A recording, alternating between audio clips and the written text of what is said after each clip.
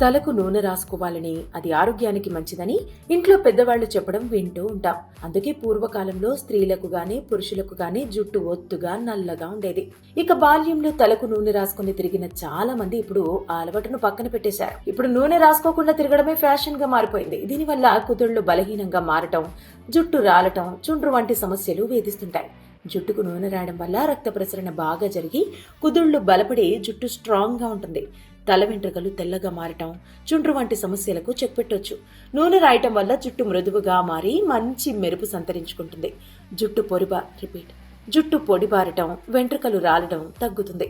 రోజు కాకుండా వారానికి కనీసం 3 సార్లు జుట్టుకు నూనె రాయడం వల్ల జుట్టుకు బలం చేకూరుతుంది. కొబ్బరి, ఆలివ్, బాదం, ఉసిరి వంటి నూనెలు జుట్టు రాలడం, చుండ్రు, చిట్లిపోవడం, నెరవడం వంటి సమస్యలను తగ్గిస్తాయి.